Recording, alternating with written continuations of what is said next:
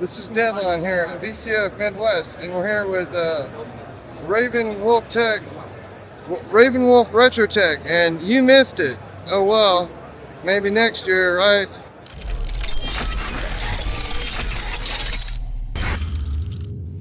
Well, thanks, Deadline, for that introduction.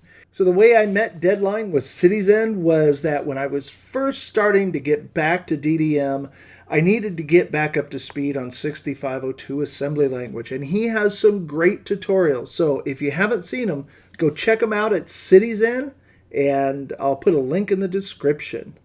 Now we'll get back to him later in this video with his booth, but first, let's start at the beginning. I really didn't plan to make a video like this. I've never made one like this before, and so I didn't get all the materials I should have had beforehand. So we're just going to have to muddle through with what we have. Next time I go to something like this, I'll make sure to get people's names, and there's so many people I met that were amazing, but I didn't get photos of them with their names except for a few. So tune in at the end of this video and I will talk about that next show because I do now have plans for my next VCF. So I came a day early to help out, and a friend in our local group had a booth there, so he got me an exhibitor badge, which was awesome. Thank you so much. I did a little bit of slinging chairs with Paul Fiscarelli to help set up, but other than that, there wasn't much they needed me for, so I got to enjoy just talking to people. It was great. I met Ron with Ron's computer videos. I've dealt with him a lot in Discord, so being able to talk to him the day before was great. I also had a great conversation with Greg from Power of Vintage, and he had a neat display of Atari 400s and 800s. Then that night, I went out to pizza with the guys from FujiNet and CityXen. We went out to a Chicago-style pizza joint, and I got a pizza, and it indeed was good. It was huge. The smallest size pizza fed me the entire weekend, and some of it went to waste. The show was absolutely enormous. I was blown away how big it is. I did this 360 view on the first day it was open, so that would be Saturday. And I heard there should have been around 3,000 to 5,000 people there between attendees and exhibitors. The exhibits were fascinating. I think one of the most interesting things, just first off the bat, was somebody had a scanning electron microscope that was originally used in a fab in the 80s. And they had an ant on it, so you could zoom in on the ant's eye and see the individual cells. It was amazing. Another thing I saw that was really cool was this top-load RCA VCR. I swear this is the same model we had in the AV room in high school. Another thing that gave me a flashback is this Apple II running this music program. I swear it's this one or something very similar to it that I used in high school to input a bunch of Beatles songs. Another thing that was really cool is they had a complete phone system set up from ShadyTel. And they had DSL, analog cells, phones to the booths, and even at the end they got a fake bill with things like an inconvenience fee. So that's pretty neat.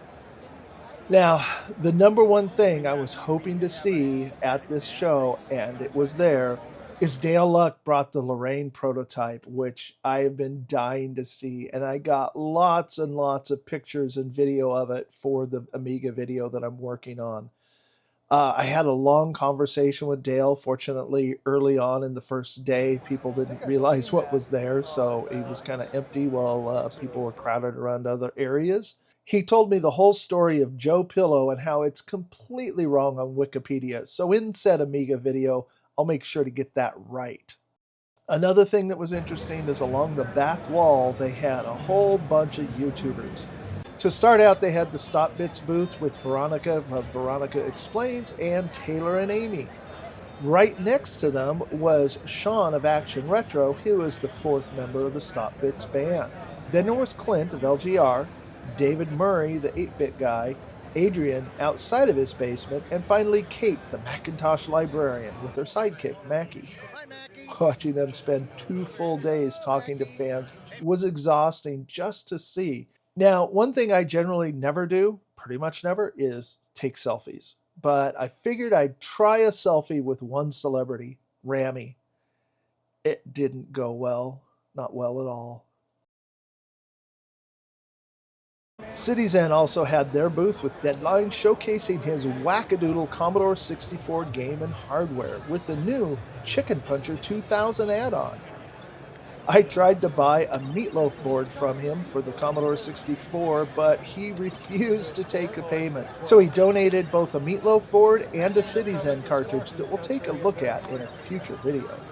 One other acquisition for the show for me was I purchased a Zulu SCSI full width that I intend to use in my Amiga 3000.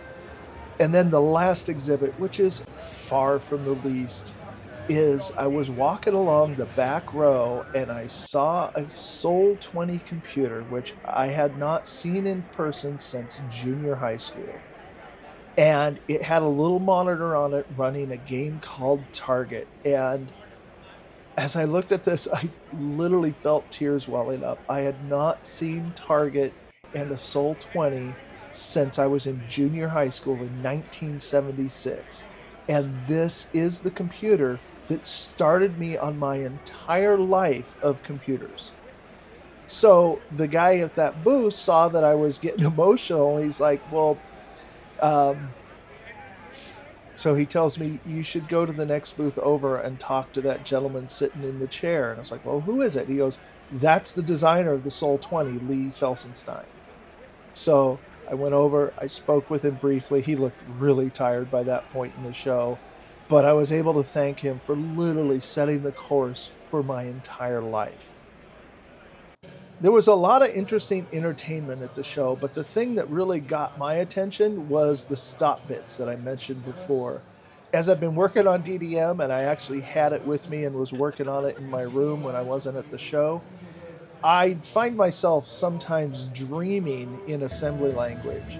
And when I heard the stop bit song, which is literally the 6502 instruction set to song, I was just blown away. I mean, it sounds like the silliest thing in the world, and yet I think it's brilliant. I really enjoyed it. Clear, interrupt, disable, search, interrupt, disable, clear, overflow.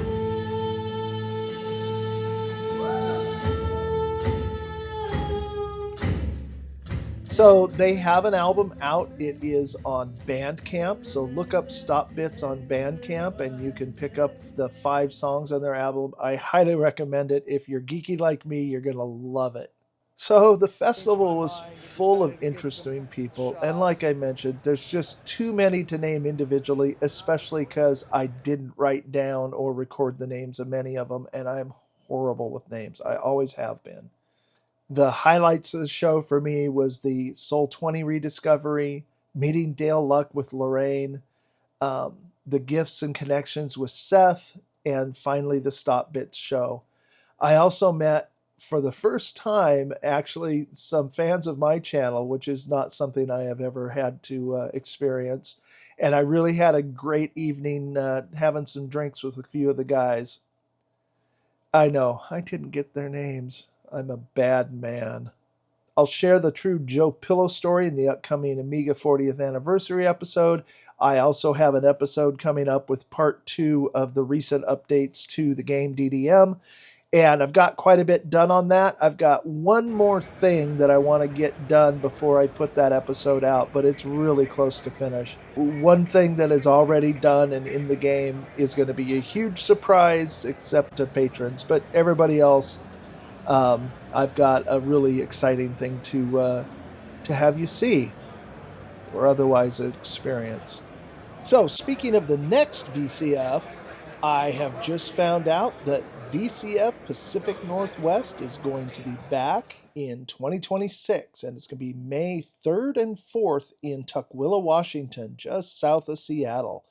I intend to be there. My plan is to not only have a booth, but to have the game in an alpha state where it's showable for the show. So yeah, I'll keep you up to date on what's happening with that, but I'm really excited that we have a VCF coming back within driving distance. Thanks for coming, and check out this video that talks about the first 2 years of the Commodore 64's evolution. Part 2 of that video is well underway, so the next part should be out in the next few weeks. and I'll talk to you later.